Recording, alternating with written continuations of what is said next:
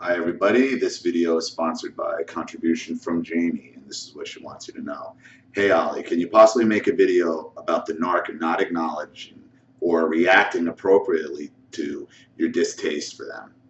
This keeps happening with my narc sister. I've tried to push her away by telling her that I don't care about her, that she needs counseling, that she only keeps having kids, that she cannot afford to fill her gaping hole of shame, and she still wants to keep lines of communication open.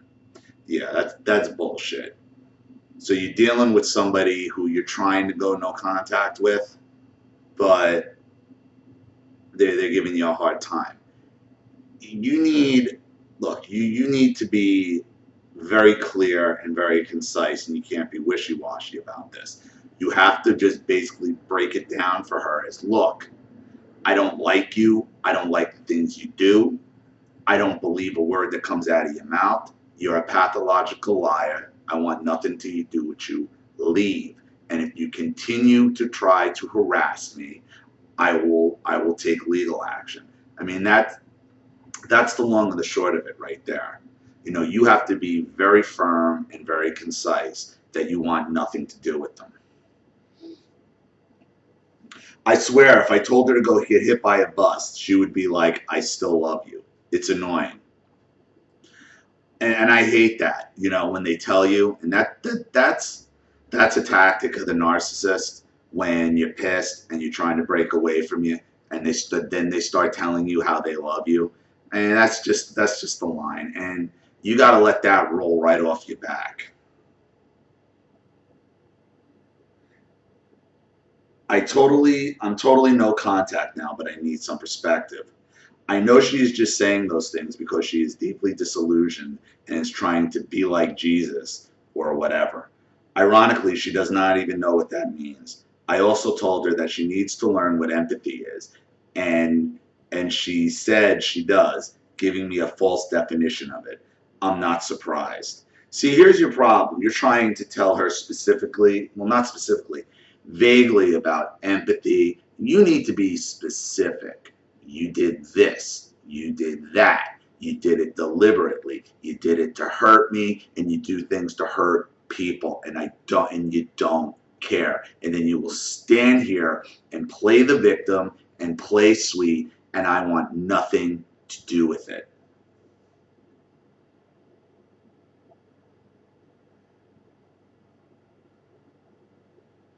I also said all of those things to try to get her to not want to contact me ever. Didn't work. Yeah, and I'll tell you exactly why it didn't work. Okay? Because you're giving her enough room to argue back with her. That's why. Once you've said it, okay, remember the narcissist is looking for the fight, because as long as you're engaging them, then they have a chance. They're putting their foot in the door, and in their mind, they have a chance to force their way back in. You cannot, once you tell her plainly and clearly and concisely how you feel and why, you got to let her just bark at the moon until she escalates and then starts making threats, and you either get it recorded or you get it in writing, and then you're going to have to go to the police with a harassment and get a restraining order. That's how you have to deal with this. See, by you continuing to sit there and try to argue with her and give her this or give her that, you're feeding her. You're feeding her, because as long as you're interacting with her, she's going to be motivated to continue.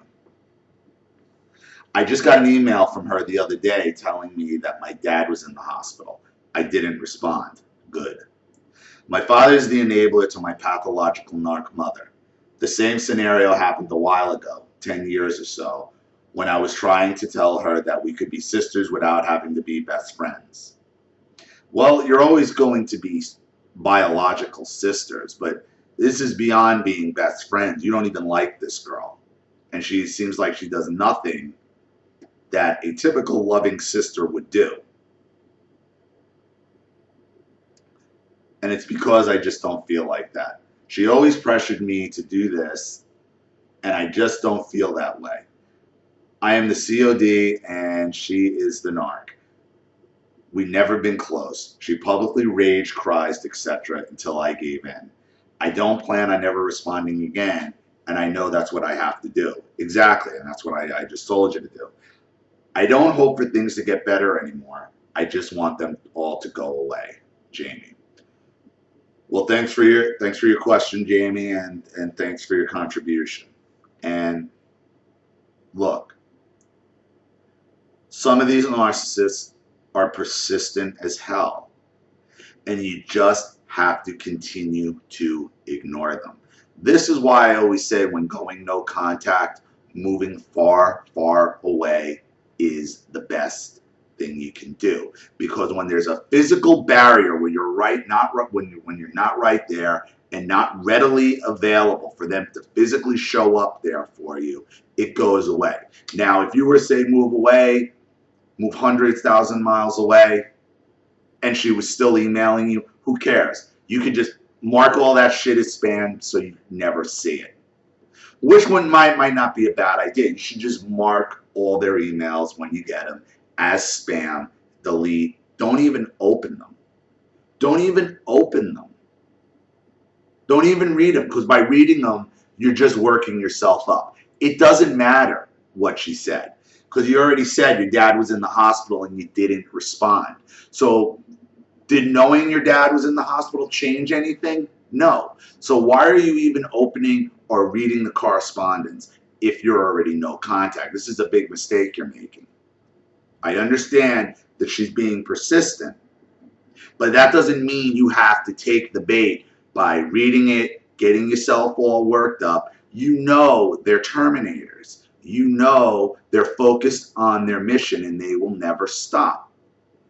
So why even subject yourself to the mental instability? You know, accept that these people are never really going to stop, even when it gets to the point that they stop contacting you directly. They're still fucking with you by, you know, the gaslighting, the bad mouthing to other people and all that. That's all out of your control. So why even open their emails? On the other hand, if it gets to that point, you understand, if it gets to that point where she's then making physical threats or death threats or things like that, you know, you would need to save them. I would just take those emails, throw them in a spam folder, throw them in and never open them. Unless you hear something directly that she's making threats against you, then I would go back and see if there's anything in writing you can use as a death threat. But why subject yourself to this nonsense when you don't have to? You're already no contact. You're trying to stay no contact. And by even acknowledging the correspondence, you're only upsetting yourself and basically letting yourself engage with them in a certain way and giving them what they want. So you're going to have to adjust this for what's best for your own personal situation. But, you know, don't take the narcissist bait. There's no rule that you have to read the narcissist emails after you're no contact.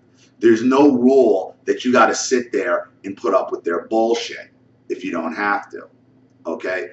Just because they send you an email doesn't mean you have to read it or open it. You could just send it to spam, put it in a folder, and I don't care. I don't care.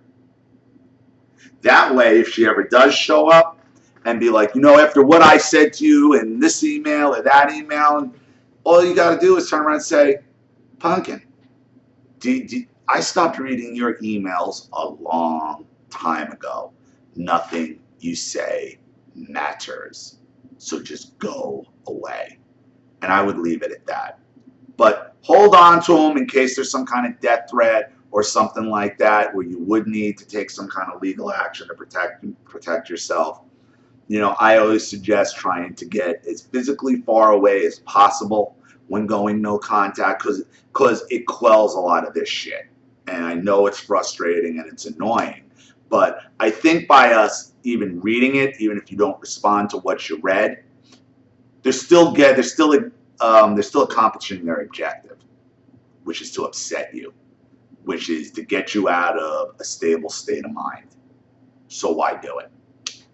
So Thank you again for your contribution and your story. Thank you everybody who's watched. Any advice, please leave it in the comments section below.